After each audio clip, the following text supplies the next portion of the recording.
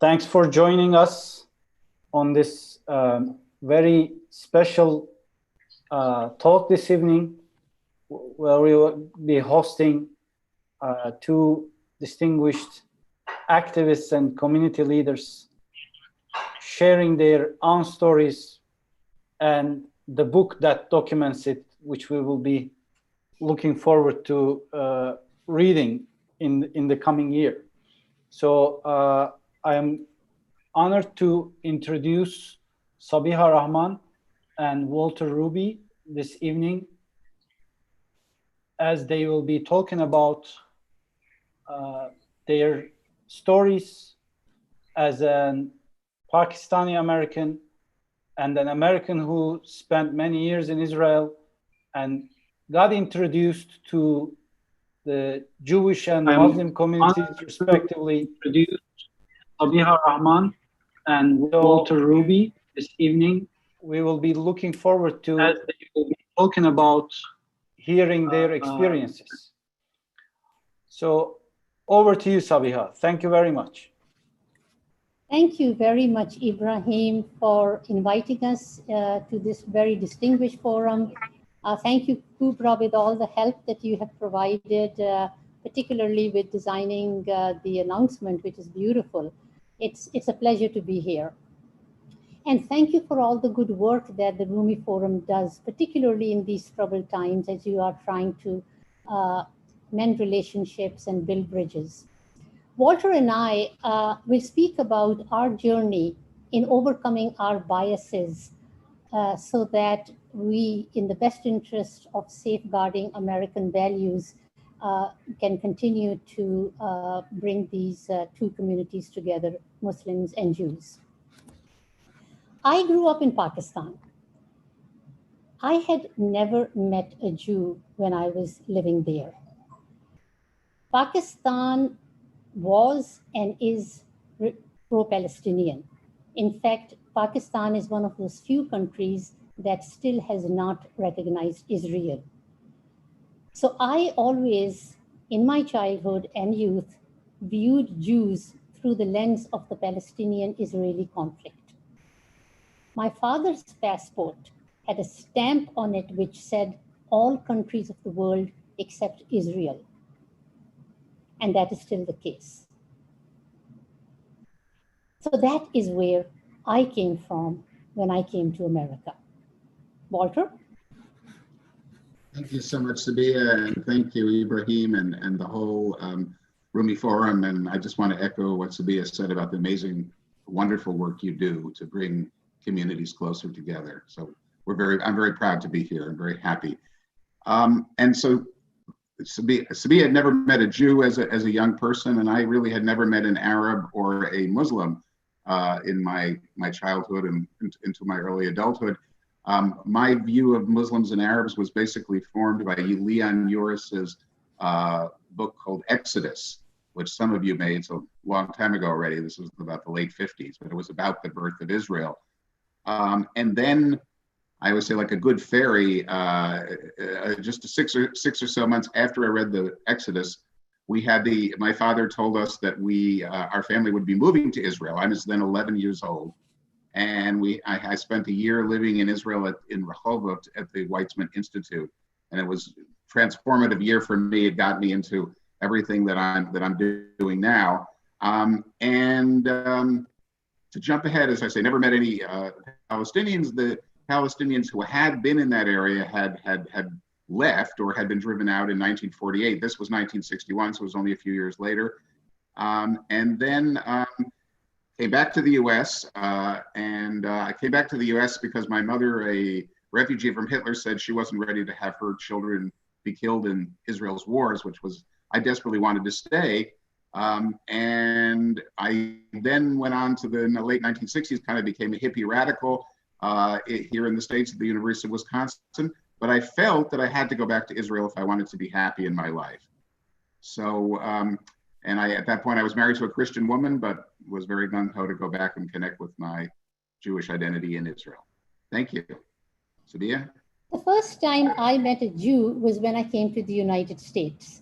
My husband was a resident physician at the Long Island Jewish Medical Center. His boss was a Jew, his colleagues were Jewish, and most of the residents were either Pakistani Indian or Jews. When I was expecting our first child, my obstetrician, Jewish. When I had the baby, my pediatrician, Jewish. And then we ended up buying a house in an Orthodox Jewish neighborhood, the Willowbrook section of Staten Island. I had no idea what I was getting into.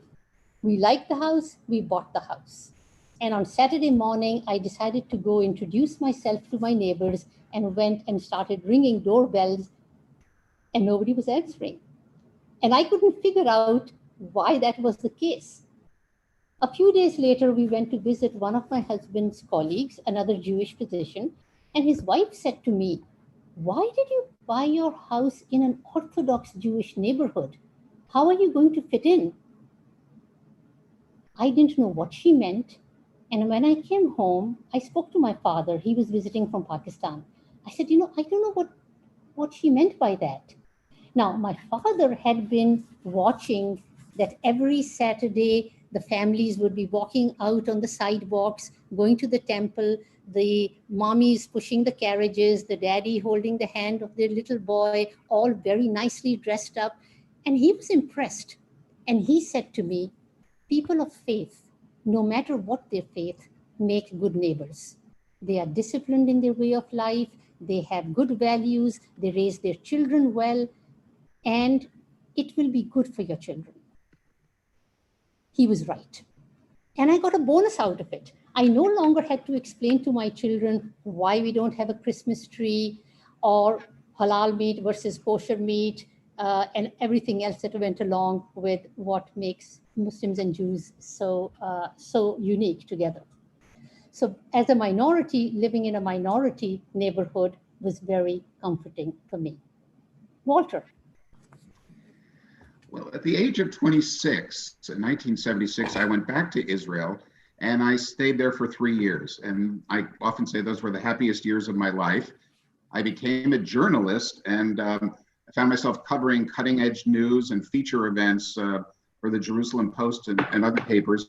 And also at that time, I was based in Haifa and I began covering the Galilee and writing about Arab Palestinian villages. And that was a very transformative experience for me. I met a wonderful man named Father Elias Shakur, a Greek Catholic priest who was an apostle of nonviolence and impacted me greatly as a person. And after the 3 years were over, I came back to the States. It was a very difficult decision. And, but I guess I felt that I didn't even fully think it through. I thought maybe I'll eventually go back, but I did come back after that period. And I think looking back on it, it was that I really wasn't ready. Partly I wasn't ready to serve in the army. And I didn't somehow want the conflict to define my life, the Arab-Jewish conflict. I felt, I guess ultimately that my identity was most about being a human being first, a Jew second, and an American third. And yet I still wanted to be engaged, and I was fortunate enough in what was going on there, and I was fortunate enough to become the New York correspondent for the Jerusalem Post and some other mostly Jewish newspapers, local Jewish newspapers, and that really was a very, very exciting period for me. So I was able to cover many important stories, including the peace process, the Israeli-Palestinian peace process in the late 80s, and I went to Algiers and I witnessed Yasser Arafat declaring the Declaration of Independence of the state of Palestine, which was an unforgettable experience, giving me echoes of what it might have been like to be in the hall in Tel Aviv in 1948 when David Ben-Gurion declared the state of Israel.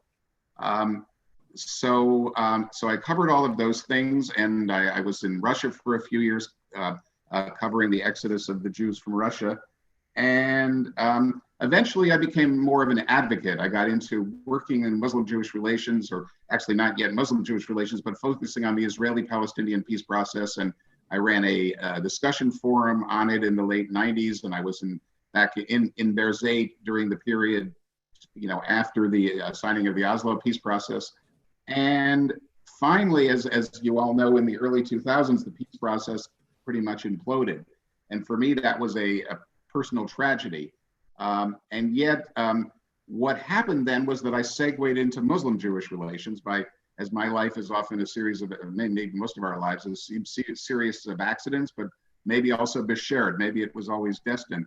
I covered something called the World Congress of Imams and Rabbis in Seville, Spain in 2005. It was a very transformative experience. And I saw for the first time that the religious communities could be part of the solution as opposed to being part of the problem. And I wanted to be part of that. The politicians have, I suddenly realized, well, the politicians have really messed things up. Let's give the rabbis and imams and the grassroots folks a chance to do their part. So, Sabeeha? Yes, I'm sorry about that. For me, interfaith dialogue started on the sidewalks. It was organic, it was not planned for, and we mothers, I was a homemaker, we used to be hanging out on the sidewalk, watching our children, ride their big wheelers right by our lawn. I guess that's why they call it grassroots, when we just started chatting and comparing notes. And I'm not sure how it started, but it's possible that I invited my neighbor over for dinner, and that somehow led to an exchange on dietary laws. No pork, kosher, halal. Or maybe one of them invited me and said, let's sit and have coffee together. And I said, it's Ramadan. What is that? And that led to more conversations. How did the two of you meet, you and your husband? They asked me. And I said, well, it was an arranged marriage. Really? What's that all about? Well, come on in. Let me show you my wedding pictures. I did. And then Trust me, I wanted to see their wedding pictures.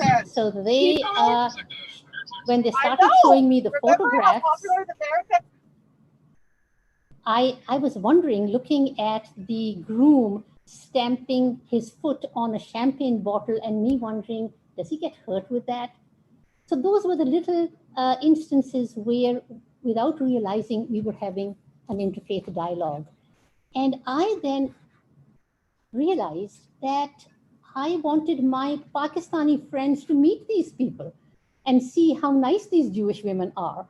And I wanted these Jewish women to meet my Pakistani friends so that they could see that I wasn't an outlier, I was not unique, and I was like everybody else, and I wanted them to experience that. And so we started gathering just on parties in living rooms, and then living rooms eventually, transitioned into larger venues and then houses of worship and women's groups, and it became more formal, the interfaith dialogue. My husband, Khalid, started writing for the local newspaper in the Staten Island Advance. Every month he had a column called On Islam. So that kind of formalized our entree into interfaith dialogue. After 9/11, I then left my career as a hospital executive. I was working in the field of autism because our grandson was diagnosed with being on the autism spectrum. And then I joined the American Society for Muslim Advancement, which was run by Daisy Khan and Imam Faisal, very much focused on interfaith dialogue. And there we had ground rules as to how we will engage. The one was that let each group define itself. Enter with an honest intent to listen. Focus on commonalities, our shared heritage, shared values. Stress pluralism as enjoined by the faith. And keep politics out of it. Let's agree to disagree on the Israeli-Palestinian conflict, and let's focus on working together here at home. In fact, as a member of the Sisterhood of Salam Shalom, we have a rule that for the first 18 months, the chapters will not engage in dialogue about the Middle East conflict. Wait for relationships to gel, bond together, build trust before you address some of the difficult issues. And very soon, our calendars started getting populated with interfaith iftar and an Eid and a Jummah. Muslims were noting Sabbath, Rosh Hashanah, Seder on their calendars, Yom Kippur, Christmas, Easter, and interfaith dialogue became a way of life. Walter. Walter, you're next. Well, for me, I got into Muslim-Jewish relations a little differently, as Sabeeha said. It's going from the bottom up, and I started out at least from the top down. I got an old friend of mine, Rabbi Mark Schneier, the president of the Foundation for Ethnic Understanding, to speak at a Muslim school in Queens. He got very excited about the prospects based on that one encounter.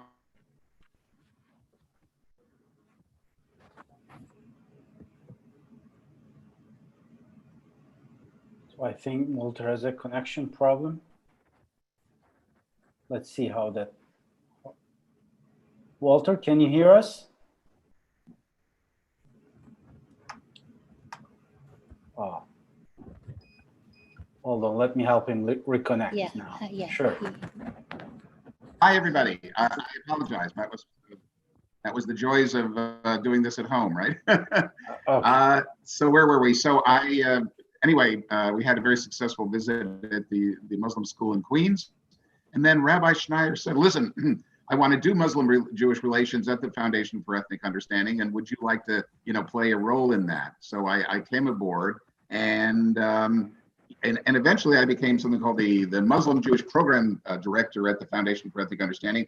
And my responsibility was setting up Muslim-Jewish twinning events, originally across the U.S. and then also later in Europe and in other places. And it was very, very, so basically I was what's called in Yiddish, there's the word shadchan, the matchmaker. I was the one who would call a synagogue in Los Angeles and then a mosque and try to nudge them to encounter each other. And then we would work together to figure out what the event would be. I mean, they basically did it on their end. And I was able to visit many of these places, to LA, Chicago, Seattle, Miami, all around the country, and later to Europe to be part of all of this. And for me, this was like a tremendous rush that I was amazed by the whole thing on many, many levels. But the interesting thing was I'd be on a plane going to one of these events and I'd be talking to the person sitting next to me and they would say, what do you do for a living? And I say, I do Muslim-Jewish relations. And they would tend to like put their head in their hands and go, oh my God, oi, that must be the worst job in the world. And I would say, you know what, that's honest, to tell you the truth, it's my favorite job I've ever had. It's my best job in the world. And then I thought about it, because obviously the expectation is that it would be really problematic and that Jews and Muslims would resist each other. And yet I found absolutely the opposite, that it was this enormous curiosity to come together, to learn about the other, to find similarities and also differences. And Sabeeha and I will be talking about those in a minute. But it was tremendously fulfilling. And I think people were also, like myself, looking for a substitute to the Israeli-Palestinian, the hope for peace that had largely slipped away. That was so, well, let's see what we can do here. And also both to prevent the conflict from coming here and being able to work together as communities. So that, as Sabeeha said, the one complicated, the 800-pound gorilla in the room was the Israeli-Palestinian conflict. How do you deal with that? And we had a particular strategy at the Foundation for Ethnic Understanding, was that we would urge mosques and synagogues that were doing twinning events together to start the event by praying together for peace and justice in our common homeland. That's as far as we would go, and they would do that often, and it would be very, very powerful. And then they would say, but now we've done that. This meeting is not about what's happening over there. This meeting is about how we can work together successfully in St. Louis or Boston or wherever they were to strengthen Muslim-Jewish relations. And that work is so important and so holy in its own right. We don't want to be distracted by the conflict over there. And I must say that it worked quite well most of the time, but not always. And obviously, especially when conflicts when there'd be war in Gaza or something like that, it would tend to set us back. But we kept coming together again. So overall, it was a great, great experience for me, eye-opening in many, many ways. And then I just wanted to share also that at some point, a couple of years into my work at the Foundation for Ethnic Understanding, I was working with different Muslim organizations in this work, and one of them was called the American Society for Muslim Advancement, ASMA, which was where Sabeeha was working. So I called there in 2009 or 2010. We're not sure we remember exactly, to speak with the founder and president, Daisy Khan, but I got Sabeeha on the phone together instead, I should say. And so we developed a friendly relationship at that time, but I think it's fair to say we had no idea where it was going to go or that it would bring us to this point. But Sabeeha, do you want to take it a little further? So where it went is that one day, I and my husband, we had registered for an interfaith iftar at the Temple Emmanuel in New York City. And Walter's organization, the Foundation for Ethnic Understanding, was one of the organizers. So we walk in, my husband and I walked up to the registration desk, and a Muslim gentleman is registering everyone. And when it's my turn, I tell him my name, and he looks at the list and he says, "You have not registered." "Yeah, but I did. Your name's not here." "Yeah, but I did register. I wrote to, I sent to." "I'm sorry, we are full. We cannot let you in." And I'm thinking about now what, when Walter happened to be standing by and interjected and said, "Look, I've known Sabeeha for a very long time. If she's saying she registered, she registered. So can you just let her and Khalid in?" "Well, we don't have any, we have just enough food for everybody." And now it got down to me saying, "I'll leave before dinner." It was really getting out of hand, but eventually Walter prevailed. He let us in. And as Khalid and I walked in, I chuckled to my husband. I said, "The Muslim man stopped us and the Jewish man opened the door for us." So a few years later, it's 2016, and my memoir, I'm going to make a plug, Threading My Prayer Rug, One Woman's Journey from Pakistani Muslim to American Muslim. It was being released, and my publisher called me and said, "We would like an endorsement from a rabbi, a blurb." Walter. So I called up Walter. I think I emailed him. I was in Pakistan, and asked him if the rabbi would be willing to do that. So this nice Jewish gentleman, Walter, spent his day of rest and spent all day Saturday reading my manuscript. He and the rabbi came up with a blurb, and then Walter writes to me and says, "Sabeeha, I have an idea. Why don't we co-author a book?" And that's how the idea of the book came up. Walter, take it from there. So why did I suggest that? Well, first of all, as I said, I was blown away by that, reading her book that weekend. She had asked me, I think I promised to read her book probably a month earlier, and then suddenly, got busy, and suddenly she called me and said, "Walter, I need it by Monday morning." And I was like, "Oh, well, there goes my weekend." So I sat down Saturday, slightly resentfully, and my vision changed completely when I started reading the book. I thought it was really one of the most wonderful, just genuine, genuine, I think is the right word, book in terms of, and humorful and wonderful. And so I said, wow, if I'm going to write a book with a Muslim author, I want to ask Sabeeha. But I had been thinking about that, not about Sabeeha before, but about writing a book with a Muslim co-author, because I did want to tell the story of this movement that we had, that Muslims and Jews had built together. I thought it was really, and probably still is, one of the untold stories out there about this relationship and the significance of it, and how it works, and principles and so forth.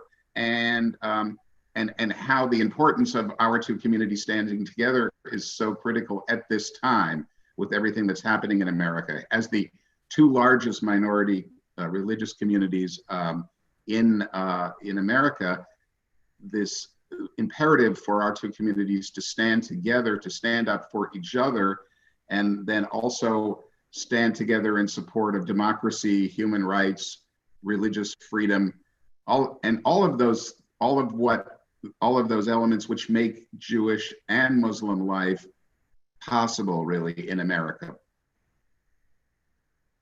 Viable probably is the right word. So that kind of brings us to the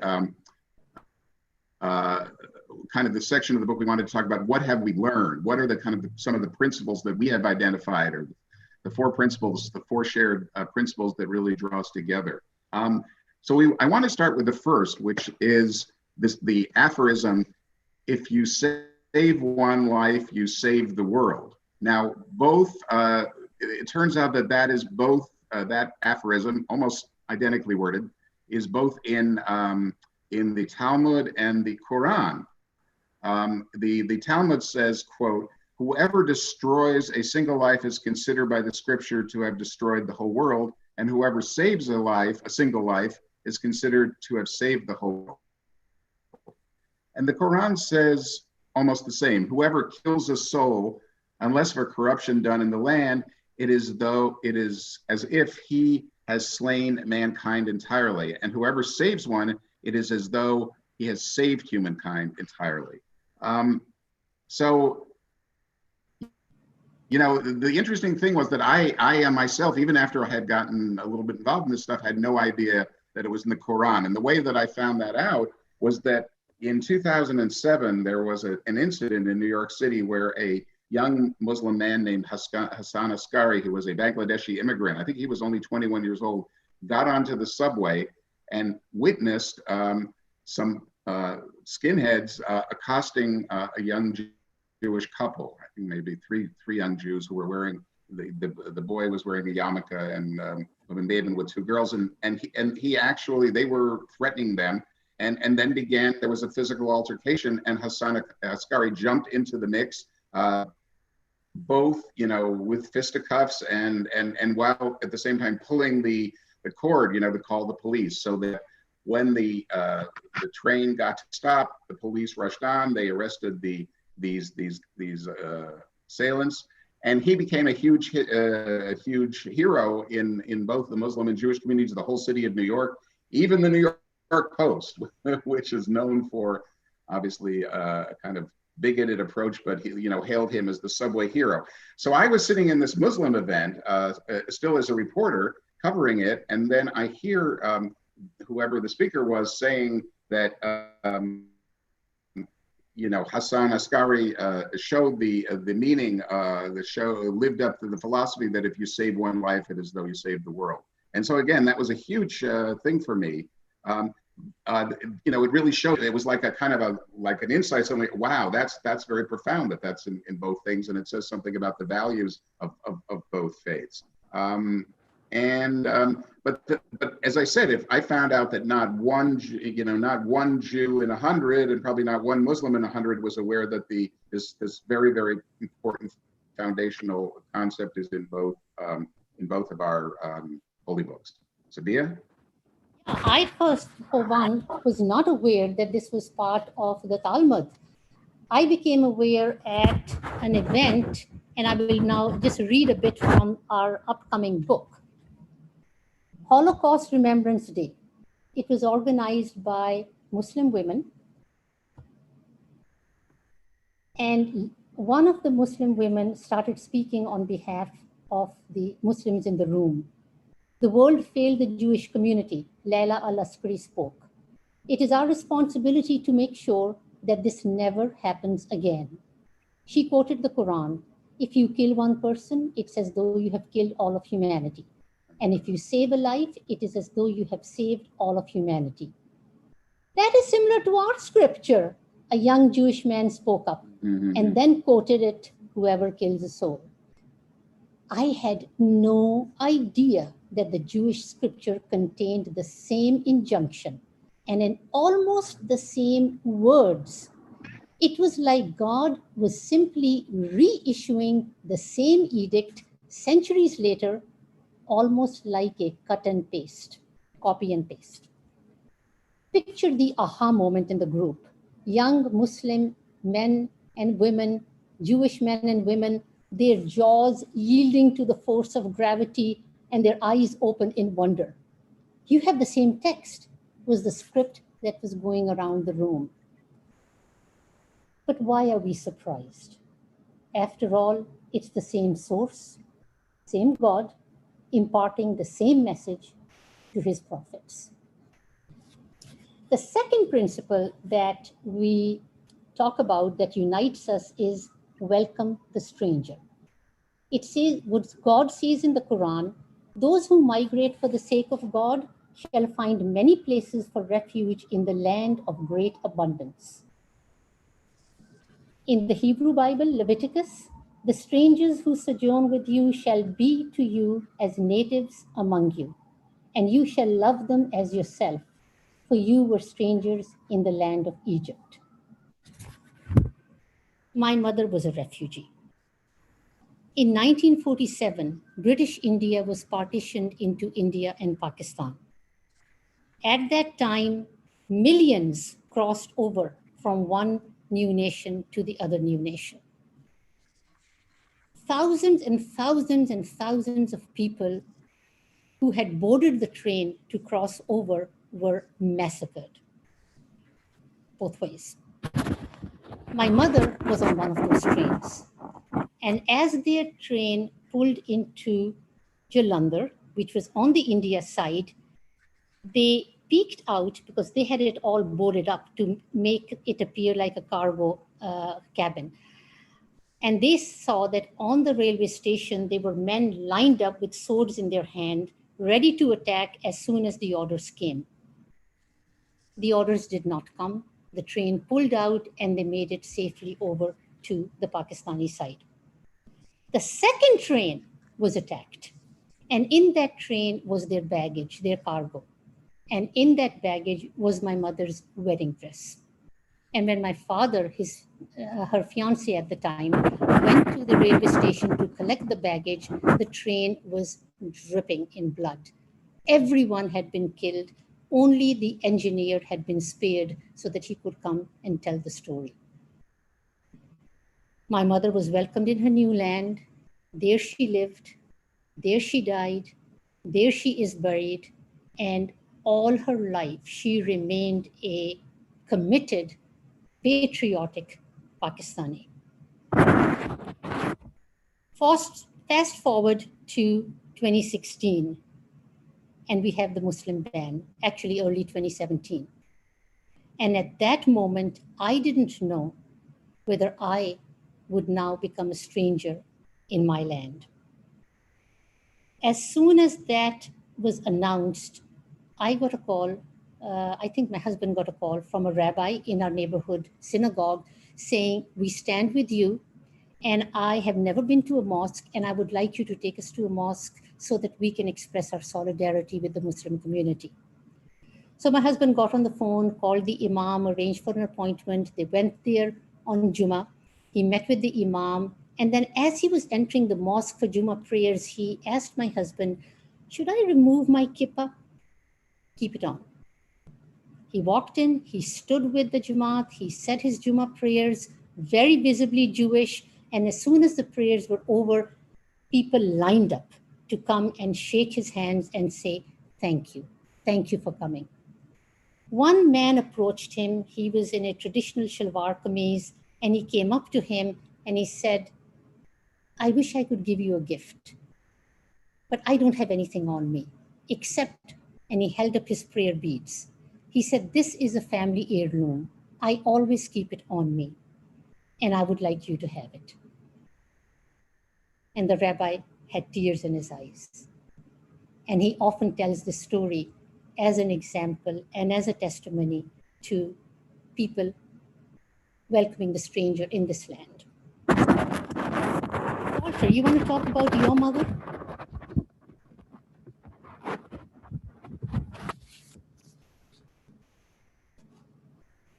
Yes, Sabeeha, thank you so much. It's incredibly moving. Welcome the stranger is such a foundational point in Judaism, and it's so much about the aphorism that we must welcome the stranger because we too were once strangers. We were slaves in Egypt, and that it's really central to Judaism. It's also very, very central to my life. And like Sabeeha, my mother was a refugee. My mother was a refugee from Nazi Germany, who at the age of 14, born in Berlin, and at the age of 14 fled with her own mother on foot across the border into Belgium. And she narrated the story to me a number of times. I remember just 6 or so months before she died, she said, you know, we were running across, and they had paid money, which was basically some of the Gestapo people who took a bribe and brought them to the border. But she said, we had no idea if they would shoot us in the back as we were running. So I said, how did you do it? She said, 1 foot in front of the other.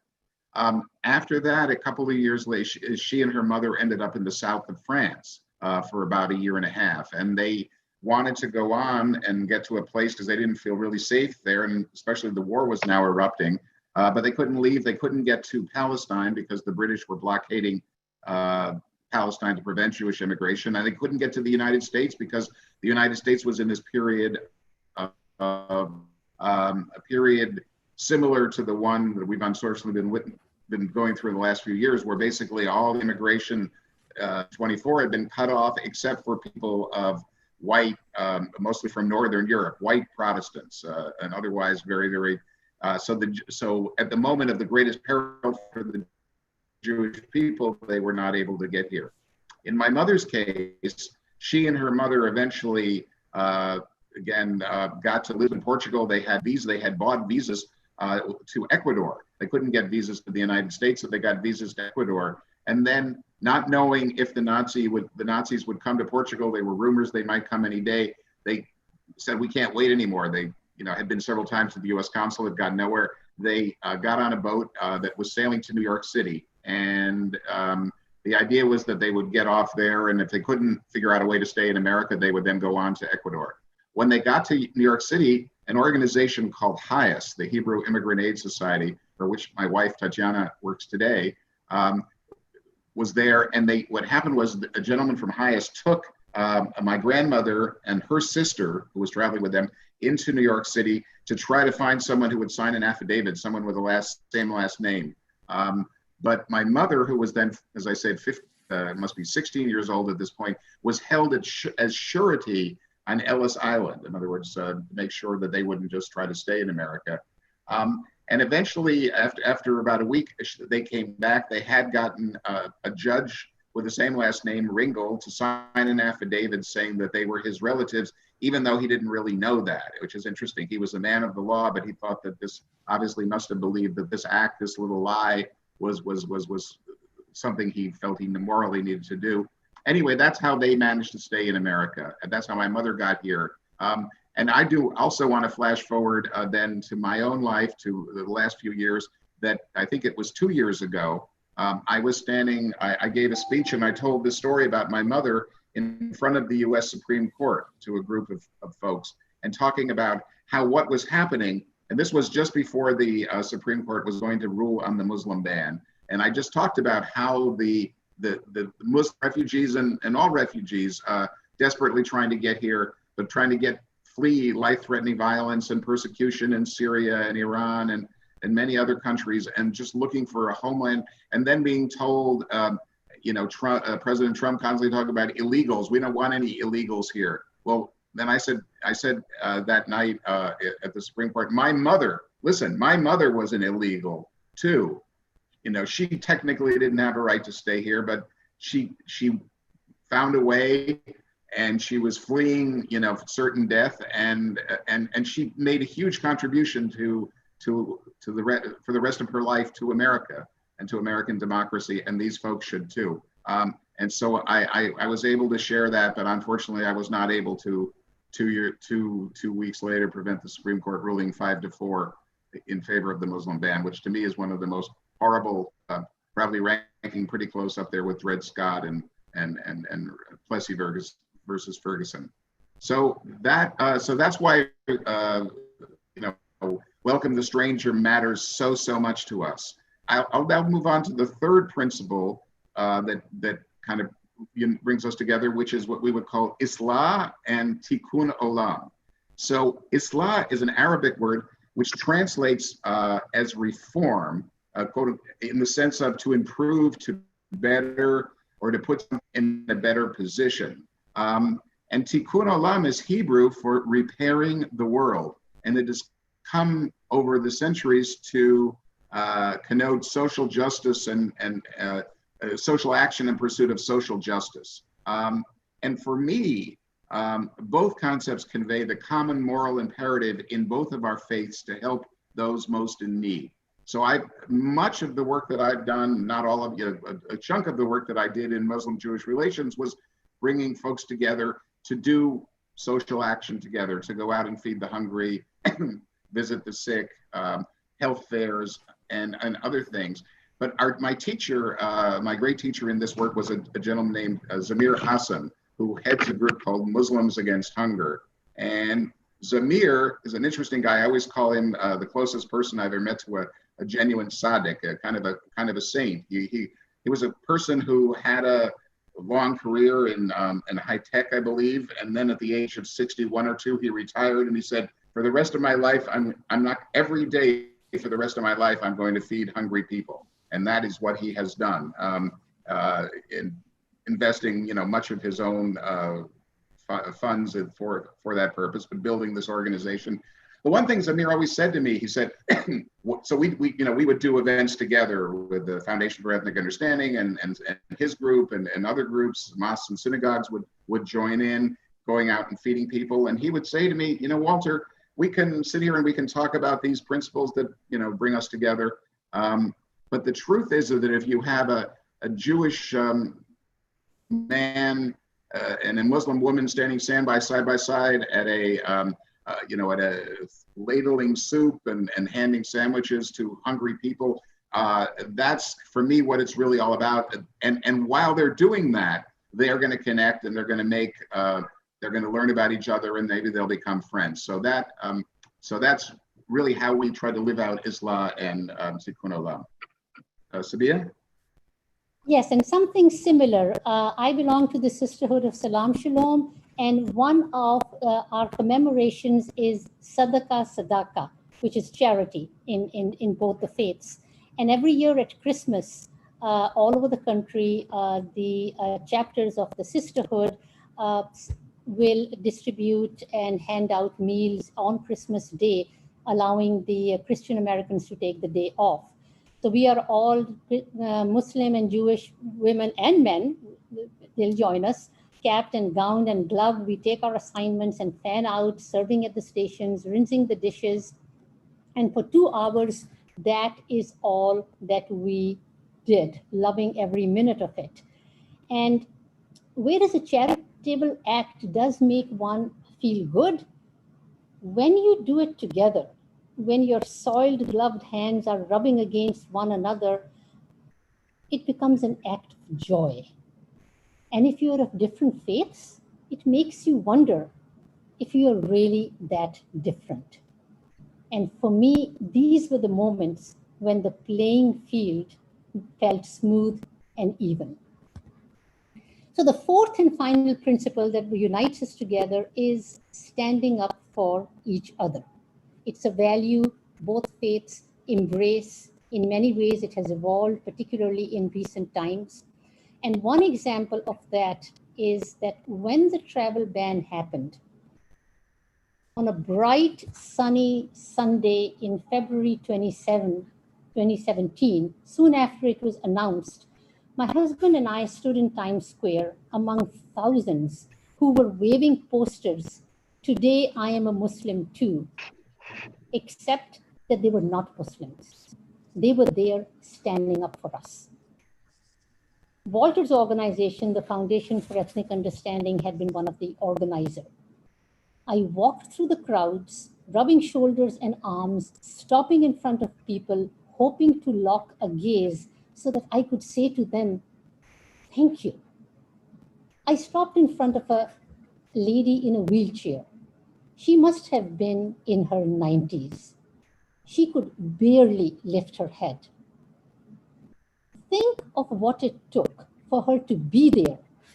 Somebody must have helped her get into her woolies, put her in a wheelchair, to the elevator, down to the lobby, out on the sidewalk, hailed a cab, got her out of her wheelchair, put her in the car, put the wheelchair in the trunk, had the cab take them over to Times Square, the same act all over again, take out the wheelchair, put her in the chair, wheel her over the bumpy sidewalk, across the railings into Times Square on a cold February morning. She sat there, joining the protest against the Muslim travel ban with her head bent, protesting loudly with her silence. I lowered myself, tried to look into her eyes to tell her how much I appreciated what she was doing. I don't think she heard me. My voice was lost in the sounds of love. This was a Sunday. People could have been anywhere that day, yet they were there. They had given up their day off to come and stand in solidarity with the Muslims. Dignitary after dignitary took the mic, but it was the people on the streets who stood there for hours that spoke the loudest to me. My non-Muslim friends from all over the country were sending me text messages with little hearts and piercing arrows going through it saying, "Today I'm a Muslim too." And then, just a few days later, the tables were reversed.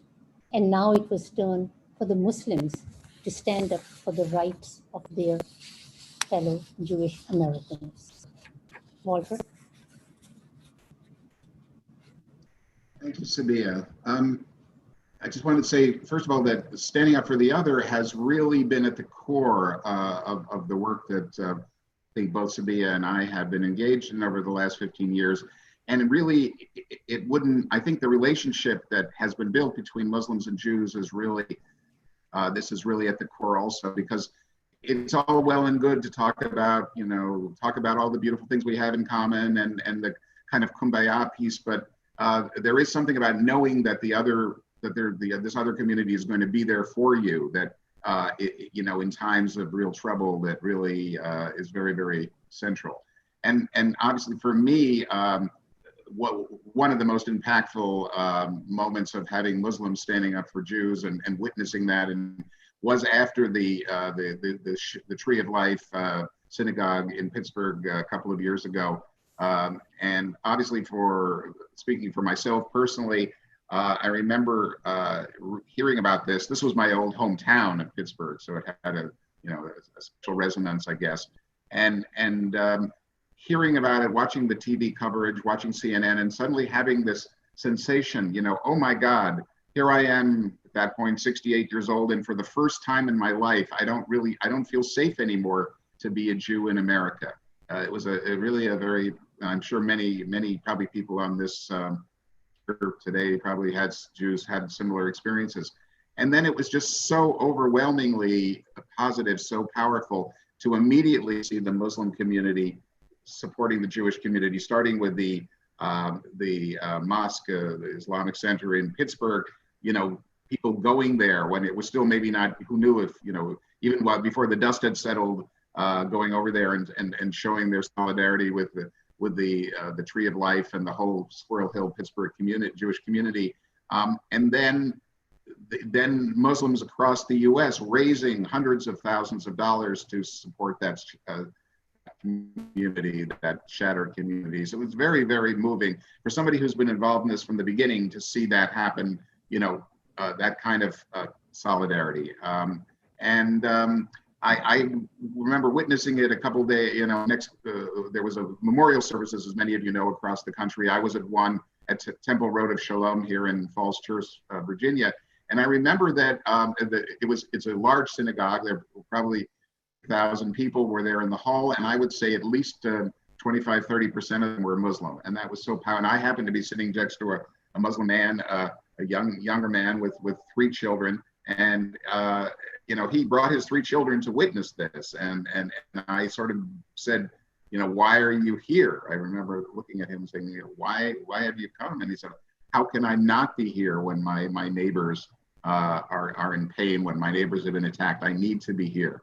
And so that, again, an incredibly powerful experience. And it also made me understand that, it's no longer safe Jews don't feel safe in America, but Muslims don't feel safe in America. African Americans don't feel safe. Hispanics don't feel safe.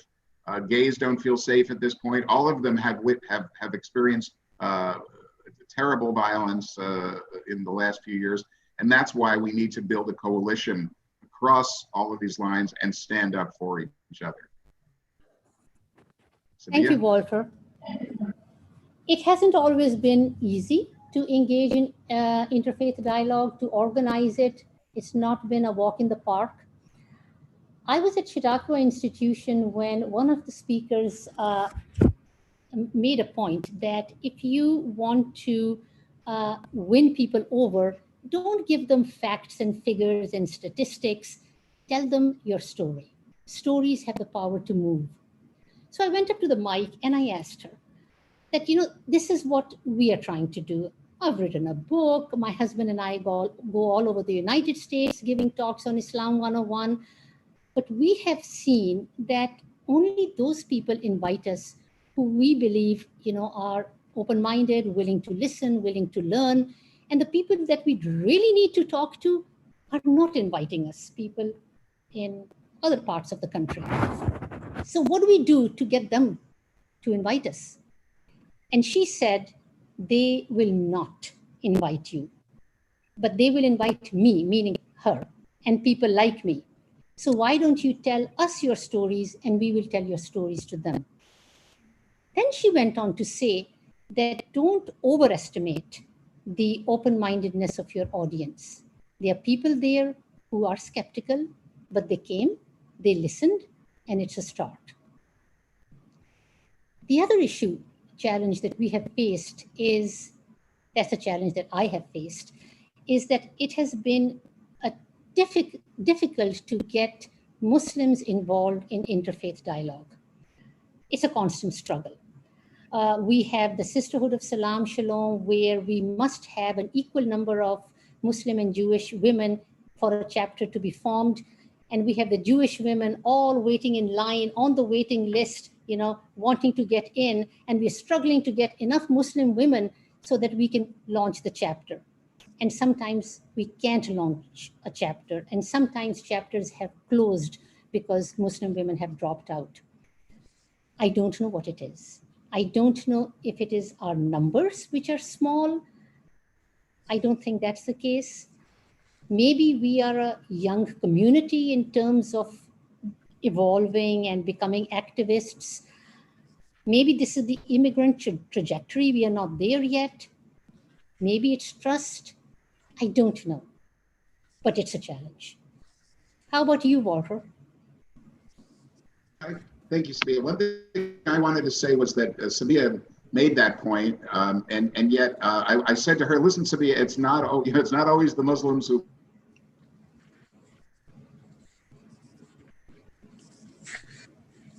Did we lose him again? Probably. Okay, I hope he reconnects real quick. Because I still see his image on the screen.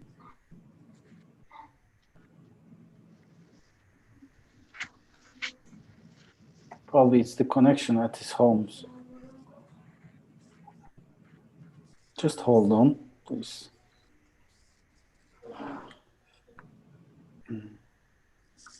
What is it they say? We are having technical difficulties. Please be patient, right? We will be with you momentarily, inshallah. Okay. So, yeah. So he disappeared. That means he's trying to reconnect. That's... Yeah.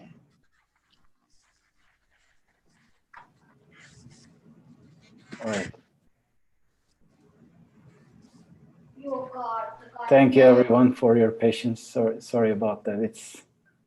Zoom comes as a package, facilitating life and also, making surprises.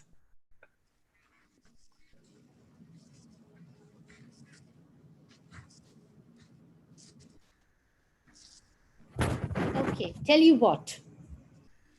Why don't I continue, and then Walter can finish talking about the challenges when he comes on. How's that? Yeah, please, Sabeeha, Okay. please go ahead. So We have learned some lessons through our experiences in building bridges, and we would like to share that with you. We have an 8-point roadmap. The first is that we are Americans first. And while the Israeli-Palestinian issue matters greatly, we live here, not there. And our common homeland of America is threatened unless we unite to save democracy and pluralism. Let's not denigrate or demonize people on either side. Activists like Linda Sarsour correctly demand that they be able to speak freely as proud Palestinian Americans. But we disagree when Zionists are demonized, such as a statement that it is impossible to be both a Zionist and a feminist. There are plenty of Zionist feminists in Israel and in America. A broad range of American Jews from the left to right identify as Zionists. They support the right of Israel to exist as a Jewish state.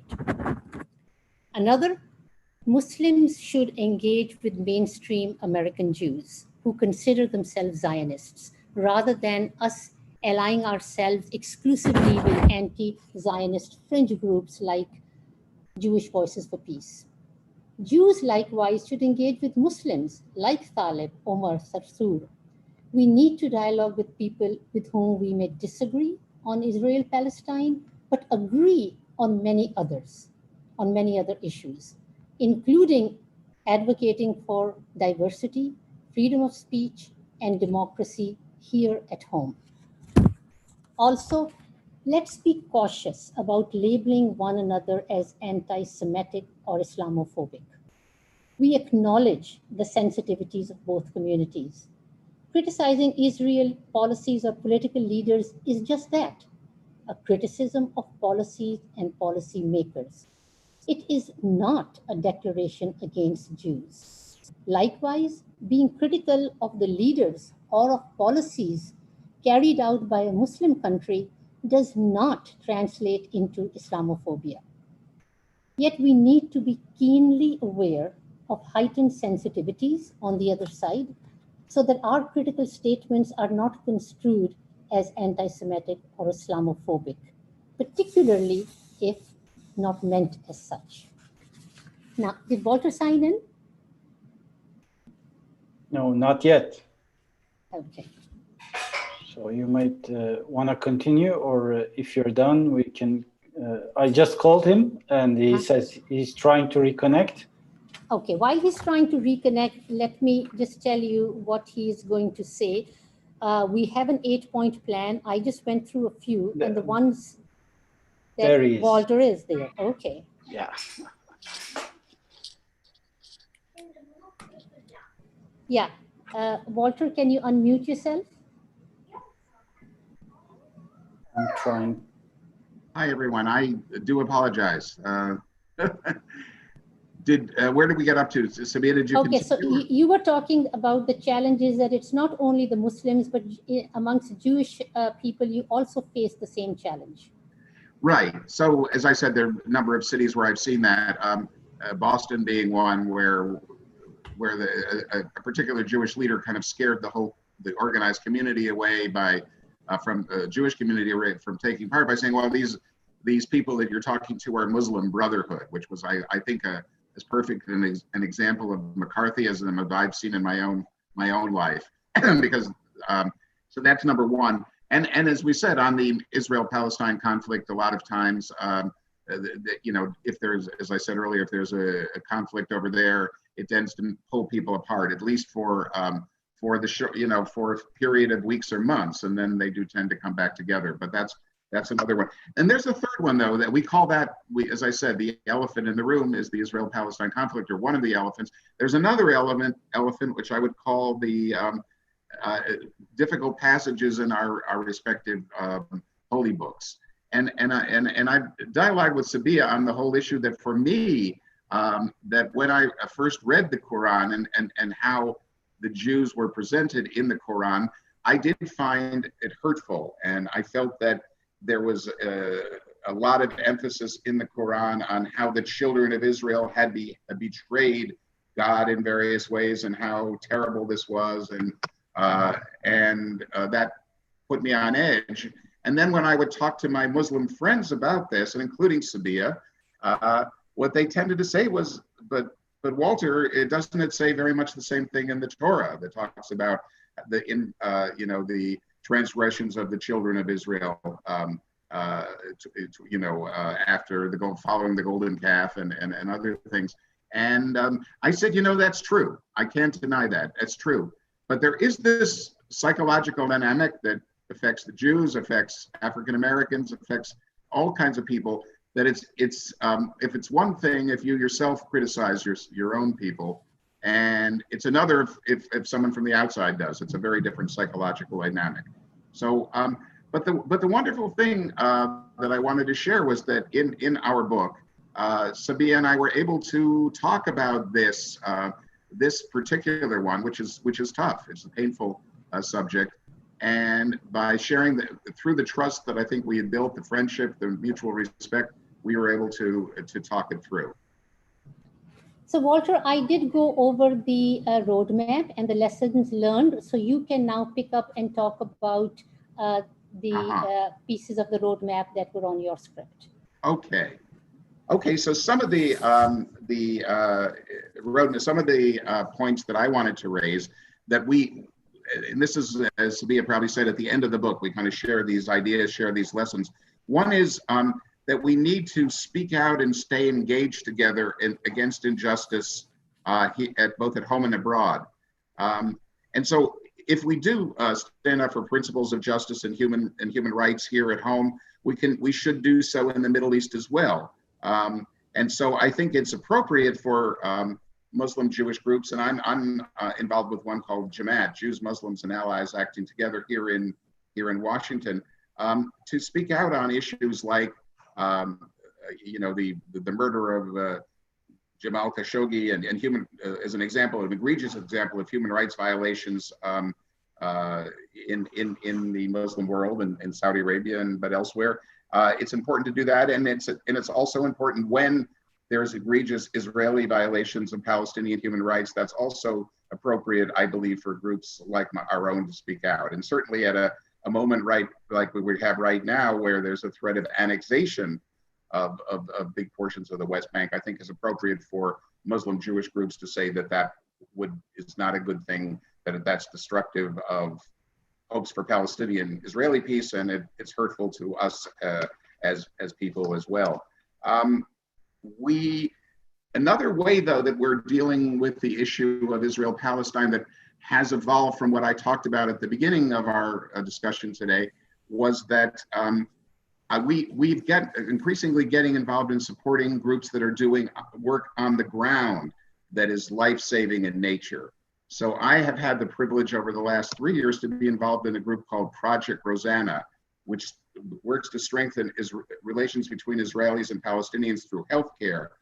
We do a lot of work to get sick Palestinian children living in the West Bank and Gaza, helping to get them to hospitals inside of Israel. These are children with cancer and who need kidney dialysis, which they cannot receive inside of Palestine.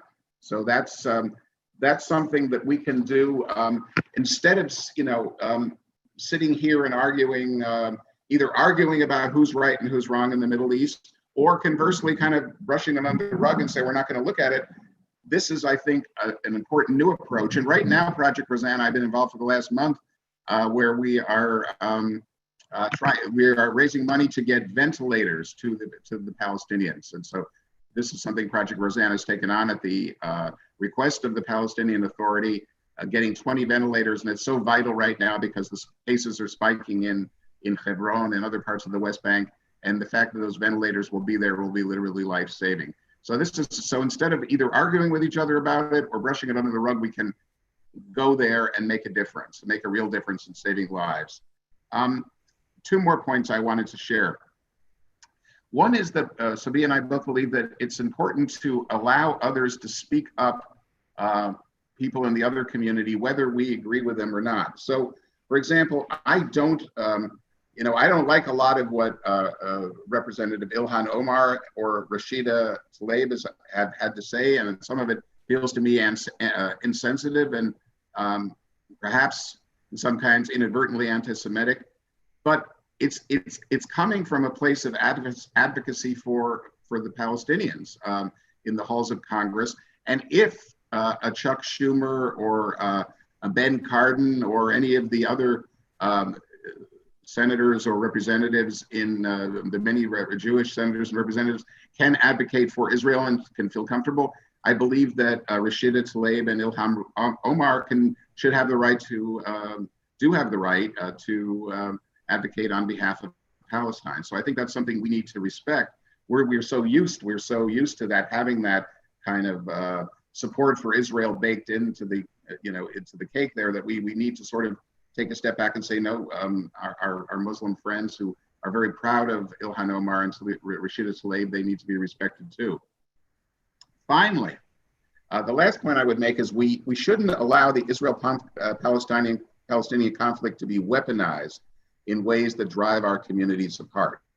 And I believe that's happening. I believe that the Trump administration and others on the political right have been using Israel-Palestine as a cudgel, really, to drive us to break up the kind of Jewish-Muslim solidarity that we have seen, that we've been part of, and that, you know, so I think we really need to see that for what it is and stand up to it and say, we're not going to let you use that. So, for example, and this one is somewhat controversial, I think, but I'll say it in terms of the BDS movement, boycott, divestment, and sanctions movement. I personally oppose it. I think it's wrong. I don't think it's the right way to go, and I particularly don't agree with the idea that because it advocates fully for the Palestinian right of return, which I don't agree with.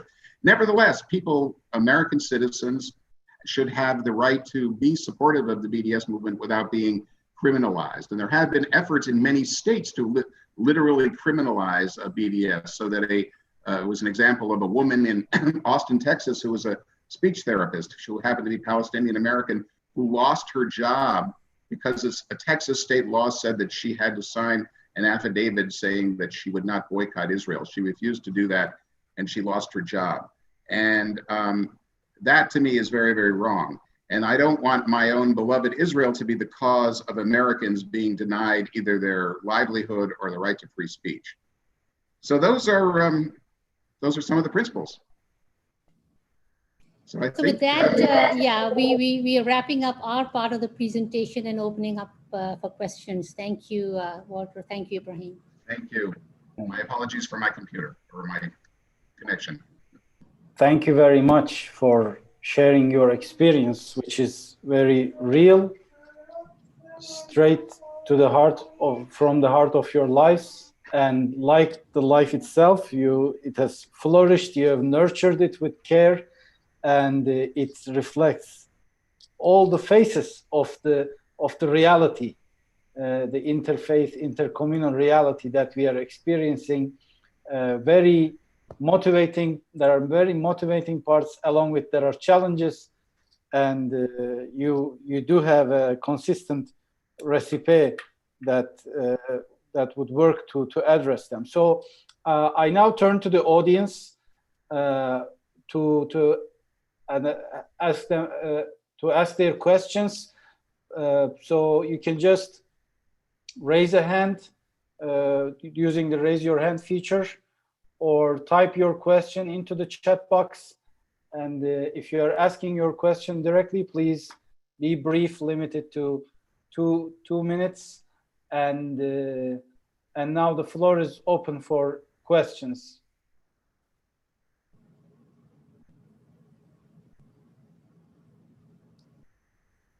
Okay, I see the MEI teacher. Please unmute yourself.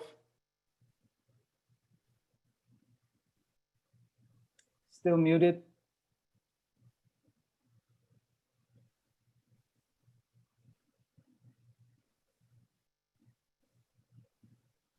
Can you hear me now? Yes, Babakasha.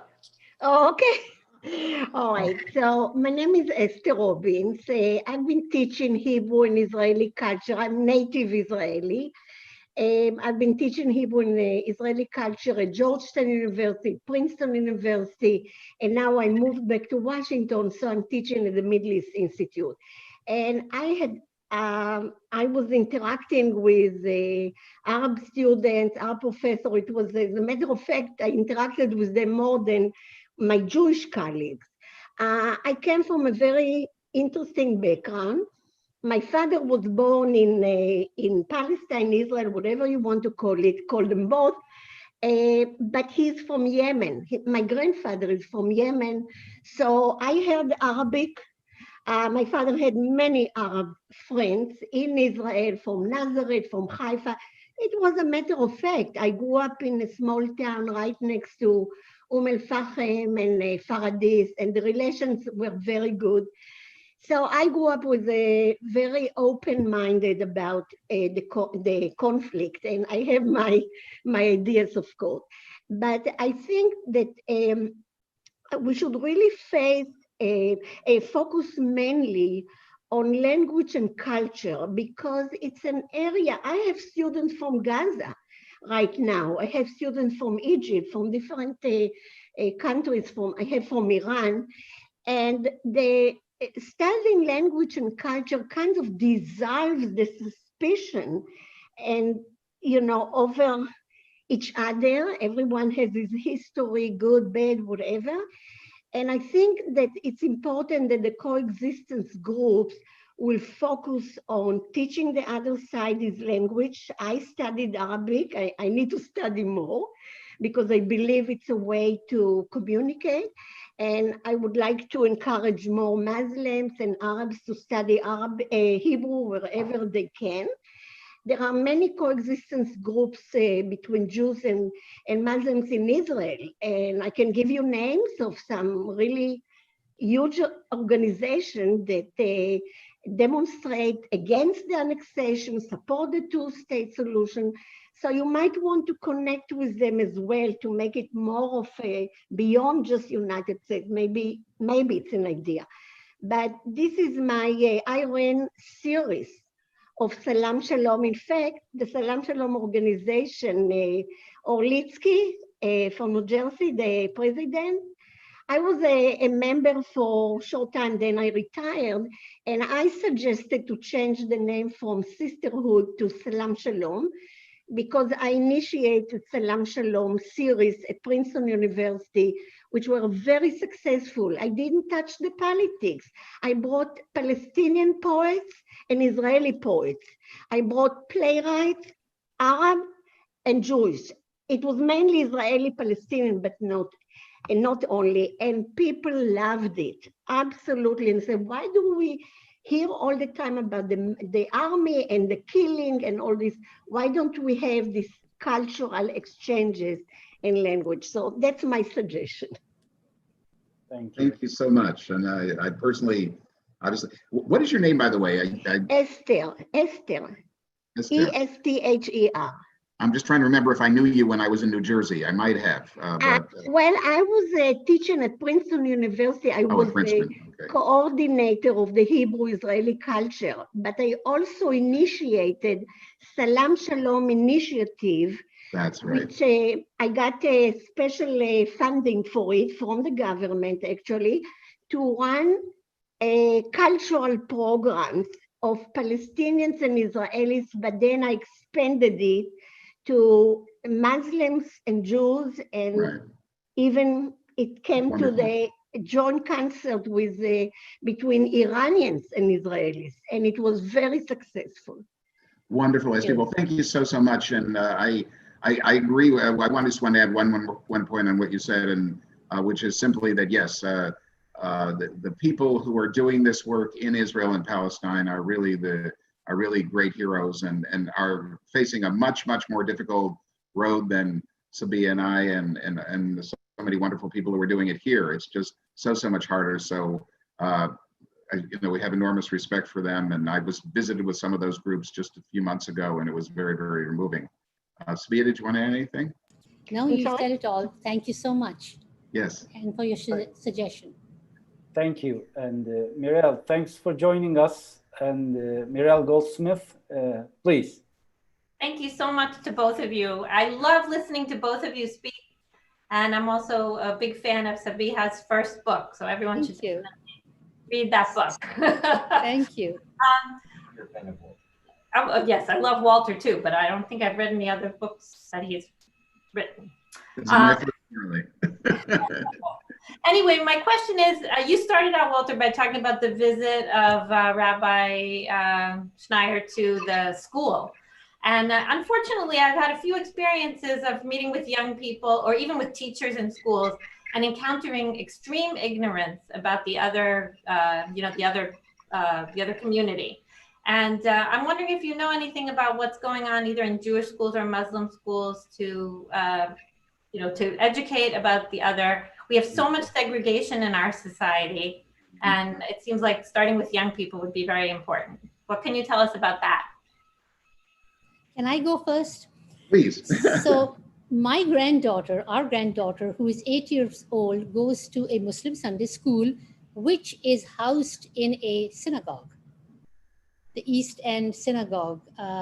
And there has been this partnership between the rabbi and the Cordova House to not only share space. I mean, they've been very generous to, rent that space to us, but also to then hold our special occasions in that setting. So just being there, is something that allows our children to sort of stretch their mind and learn and do joint events together and be part of one community. So just an example I want to put out there. But Walter, you go ahead. Well, the one that comes to mind, and the sharing of the space is very, very important. And so we see that, for example, in the Adams Center, the large mosque in Northern Virginia, which has been holding Friday Juma prayers, I believe, at the Northern Virginia Hebrew congregation now for a number of years. So that's a great example, and I know that some of the kids have interacted. So one of the things that's very, very moving, always brings a tear to my eyes, is the youth choir of the Adams Center, which is called the Adams Beat, conducted by Horan Nessa Faryad, a dear friend of mine, and they sing all these little Muslim kids, Od Yavo Shalom Aleinu. They sing, and their Hebrew is, their accent is much better than mine, I have to say. They somehow really got so that's a great example. Is there enough of that in RLA? No, obviously not. There would be much more. And but oftentimes when when in the cases where they share space, that obviously helps to push them forward. And many of these organizations, like the Muslim Jewish Solidarity Committee, of which I'm very much a part of, and the Sisterhood, now have teen groups that are involved. So it's coming down to many different levels. Very promising. Thank you. Thank you for the question. Thank you. And Jason Hawk, could you unmute yourself, please? Hey, how you doing? Hi, Sabeeha. Hi, Jason. Sabeeha was on my podcast not too long ago. So one of the things we talked about on my podcast is it's hard for people to have this conversation about interfaith dialogue and tolerance in America because we don't, and you guys have alluded to it, we don't usually get in the room with the right audience. And so that became one of the things I did. I'm a career soldier who retired, I'm Baptist, come from a very conservative background. And I traveled around the country talking to conservative audiences and majority Christian audiences to explain Islam, of all things. So what are your lessons, or what are your thoughts on how do we pull in, Christianity is still the largest religion in America. How do we get interfaith discussions and religious tolerance discussions in front of the right audiences? It becomes a lot of times we're just in an echo chamber talking amongst ourselves and not reaching new audiences. So what are your thoughts on how do we expand that?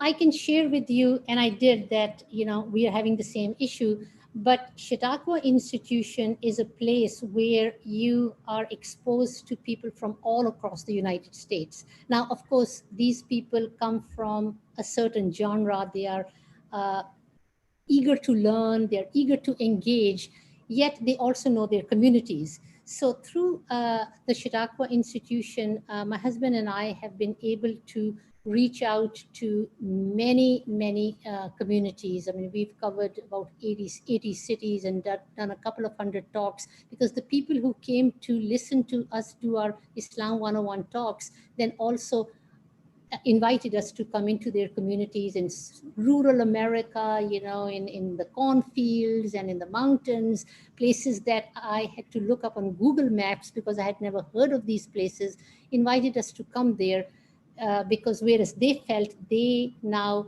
you know, knew as much as they, more than what they did know, they now wanted their communities also to learn and to become more aware. So Chautauqua Institution has been a venue that has been very very productive in that respect. Otherwise, it's a challenge. How about you, Walter?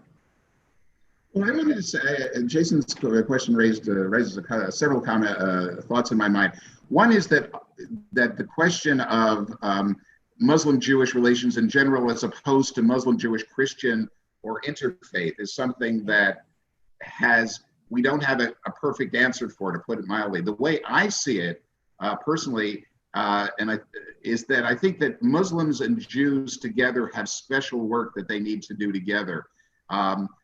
And in a particularly Muslim-Jewish context, because we have so much stuff out there, a lot of it relating to Israel-Palestine conflict, that we need to deal with, and we sort of need to deal with together. At the same time, we also need to do the larger outreach to the Christian community and to other communities. And so when I say, you know, for example, we need to stand up for each other, so Muslims and Jews need to stand up for each other, but we need to stand together with Christians and people of all denominations, people of all faiths and no faiths who are determined to save democracy and human rights in this country, which is under attack. Muslims and Jews cannot do it alone, nor should they. So it's not, but it's a tough one, because we do need, Muslims and Jews need to do this special work, I believe, and at the same time we need to be part of a larger coalition of people fighting for justice and for change. So I hope that. So we're struggling with it all the time. That very question. Thank you very much. So we have one last question from Ahmed. Ahmed, could you unmute yourself, please? I actually don't have a question. I just wanted to thank you, Rumi, to bring these valuable two people with us, and also Walter and Sabeeha. I would like to thank you for your time and your initiative. This is a really nice thing to do, especially when we really need peace and solidarity nowadays. So your initiative is really valuable and really important. Please keep up the good work. Thank you. Thank you. Thanks. Thank you so much. Thank you. Thank you very much. So I myself. Ibrahim, this is Andra speaking. On my computer, I don't, for some reason, I can't find the icon to be able to raise my hand. But I wanted to, if you don't mind, since you said that was the last question, I just wanted to make a comment, please, if that's okay, because Jason had talked about the possibility of interfaith and how do you get people together. And so Walter knows about this. Walter actually discovered the mother lode a few months ago when he started, under the auspices of the Project Rosanna, an interfaith service project, where we thought maybe 30, 40 people might come. Well, 200 people showed up to be able to pack food for the homeless. And then, of course, they delivered it downtown and Washington. So Walter and I now are working with the essentially founded the Interfaith Service Initiative, ISI. And so we're finding out that that seems to be a key Jason, for bringing faiths together. We may not agree on ideologies, we may not agree on traditions, we may have a lack of understanding, maybe even prejudice. But one thing that everyone agrees on is the love, mercy, and compassion, especially for others that are in need. And so service to others brings people together, shoulder to shoulder, working together, getting to know each other. And that seems to be something that Walter and I are going to work very, very hard on and enhancing and embellishing, because it is so within 2 or 3 days. Walter, wasn't it like 10 organizations wanted to have a chance to be able to speak at the program? At the last minute, so many different organizations of so many different religions stepped forward in service to humanity. So I just wanted to share that the Interfaith Service Initiative, ISI, is the way to go, and you can do it anywhere in the United States, anywhere in the world, and you're going to find out it's going to draw everybody out of their respective cloistered life in their respective gurdwaras, temples, synagogues, and bring them together, because it's all for service for humanity. Thank you, Andra.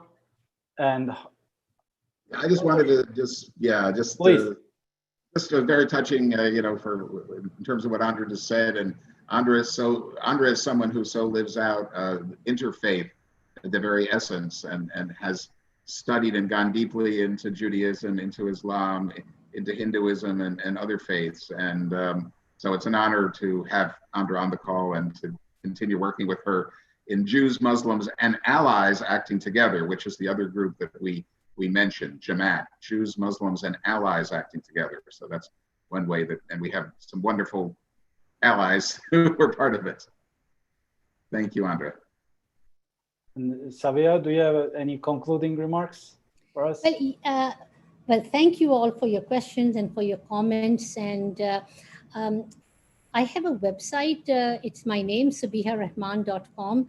And I do post on it upcoming events. So you may want to share that with your friends. I also have a blog where I write about current issues and issues related to, the theme of our book. It's on our website, on my website. So please take a look at it when you have a chance. myname.com. Thank you very much. Thank you all for joining. And I just wanted to close out, thank so much to the Rumi Forum for this wonderful opportunity. And just to remind everyone that next spring we will have an actual book that we can, that hopefully you'll have a chance to, we know you'll have a chance to read, and we previewed a bit of it, but we will try to keep all of you informed on, on people on the Rumi Forum list, and so forth, and many others about when the book will be ready. Hopefully so much. Hopefully your book signing event will be an on-site one, and we'll be happy to host it. And that would be nice. That way you can't get knocked off by the internet or lack thereof. Yeah. Thank you all. Heartfelt thanks to our speakers and to our participants for all these insightful questions and remarks. We hope to see you in our upcoming Coffee Night event next month. Please continue following Rumi Forum updates. Wish everyone best of health and safety. Have a great evening. Yes, thank you. Thank you so much.